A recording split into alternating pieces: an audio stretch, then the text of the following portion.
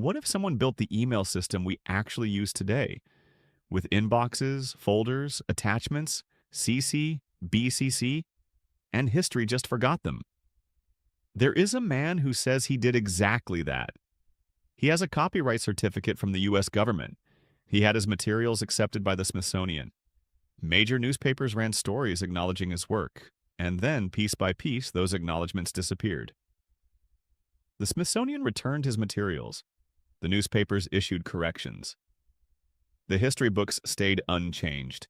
His name is Shiva Ayyadurai. And whether you believe him or not, his story reveals something uncomfortable about how tech history actually gets written. This matters for two reasons. First, the history of email is not as clean as most people think. We assume it was one inventor, one moment, one government lab. The reality is far messier, and that messiness is being actively smoothed over. Second, credit in tech is never just about ego. It's about legacy. It's about money. It's about whose version of events gets taught to the next generation. Shiva Ayyadurai's fight, whatever you think of his specific claims, exposes exactly how that process works. And once you see it, you can't unsee it. The person currently credited with inventing email is Ray Tomlinson. In 1971, Tomlinson was an engineer working on ARPANET, the military-funded precursor to the internet. He wrote a program that could send messages between different computers on that network. And crucially, he came up with the EY symbol convention, user at computer, which is the addressing format still used in every email address on the planet today. Tomlinson was famously modest about the whole thing. He once described the invention as, quote, a neat hack. He passed away in 2016, widely celebrated as one of the key architects of internet communication. This is the story in textbooks. It's what Wikipedia says. It's the version major tech institutions stand behind. But here's where it gets complicated. Tomlinson's system was fundamentally a message relay between computers on a network. It did not have folders. It did not have an inbox or outbox. It didn't have CC, BCC, an address book, or attachment support. It was powerful and foundational, but it was not the full suite of features that most people associate with the word email today. So when did all of that get built, and by whom? In 1978, a 14-year-old named Shiva Ayyadurai arrived in the United States from India. He was a math prodigy, and he landed a part-time position at the University of Medicine and Dentistry of New Jersey. His task? Digitize the inner office mail system of a medical school. Not a government lab, not a military research network. A regular office, secretaries, doctors, paper memos going back and forth between departments. What he built over the next couple of years was a full system. He called it email, written in all caps. It had an inbox, an outbox, folders, a memo format, CC, BCC, attachments. Every component that defines what we actually call email in everyday use. In 1982, he received a copyright registration from the U.S. Copyright Office for the software he had written. The registration document explicitly used the word email. Now, and this distinction matters, copyright is not a patent. Copyright protects the specific code he wrote, not the underlying concept. Getting that registration didn't mean he owned the idea of email, but it did place his creation on an official government record, tying the word email to his specific program for work done in 1978.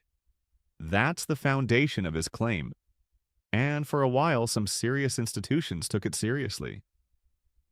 In 2012, the Smithsonian Institution accepted Ayyadurai's materials into its collection. The Smithsonian doesn't take just anything. They're one of the most respected archives in the world. Their press release framed the acquisition as recognition of the invention of email.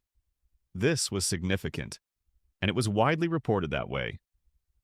Then the backlash arrived. Established internet historians pushed back hard.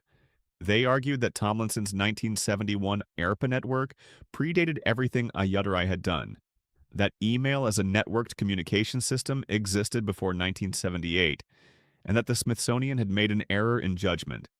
The Smithsonian eventually returned Ayyadurai's materials. Their official position softened. They acknowledged his contributions to email interface design while stepping back from the inventor framing. News outlets that had covered his story ran corrections or added qualifications. Slowly, systematically, the mainstream record shifted back to the Tomlinson-centric narrative. For Ayyadurai, this felt like erasure. For his critics, it felt like a correction. That gap between those two interpretations is where the real story lives. Ayyadurai did not accept this quietly. He filed lawsuits. He sued TechDirt, a tech publication that had run extensive critical coverage challenging his claims. That lawsuit was eventually dismissed. He pursued other legal actions. The battles were expensive and largely unsuccessful in court, but they had a secondary effect that may have mattered more in the long run. When you sue journalists, newsrooms get cautious. The rational institutional response is to stop covering someone who might drag you into litigation, which means Ayyadurai's side of the story gets aired less and less. Not because it's been definitively refuted, but because covering it carries legal risk. Around this same period, his public profile got more complicated. He ran for U.S. Senate in Massachusetts. He had a brief high-profile marriage to actress Fran Drescher. He became a visible figure in various political controversies unrelated to technology. Each of those stories made his email claim easier to dismiss. It's much simpler to write off a claim as the crusade of an eccentric than to engage with it seriously. The narrative around the person became a way to avoid engaging with the historical question. Here is what I actually think is happening, and I think it's more interesting than just debating who deserves credit. Tech history has a structural bias towards systems that scale. Tomlinson's work happened inside a government research network. It was designed from the start to be interoperable across institutions. That's why it became foundational to the internet. Not necessarily because he was the only person working on digital messaging, but because his system got adopted by the infrastructure that eventually became the internet. Ayyadurai built something real, independently in a different context. A medical school office, not a military network. He may have arrived at the same interface components entirely on his own. That's not fraud. That's parallel development, which happens constantly in technology. The transistor, calculus, the telephone. Parallel invention is the rule, not the exception. The problem is that parallel development doesn't fit the clean inventor narrative that tech history loves to tell. History wants one person, one moment, one genius. The messier truth, that many people built similar things in different places for different reasons, doesn't make for a tidy Wikipedia article. And when you combine that narrative pressure with legal threats, personal controversies, and institutional politics, you get exactly what happened here. One version of events consolidates institutional support and becomes the consensus. The other version gets quietly sidelined. I'm not saying Ayyadurai is definitely right. The technical debate among historians is genuinely complex, but the speed and totality of his erasure, and the mechanisms used to accomplish it, should make us uncomfortable regardless of where you land on the underlying claim. This is how tech legends get manufactured. And it's worth asking, how many other people built something real in the wrong context, without the right institutional backing, and got written out the same way? The history of email's invention isn't really settled. It's managed. One version won, not because it's the complete picture, but because it had better institutional support at the right moment. Next time you open your inbox, maybe ask yourself how many other stories got edited out of the version you're reading. If that kind of hidden tech history is interesting to you, subscribe. We do this every week.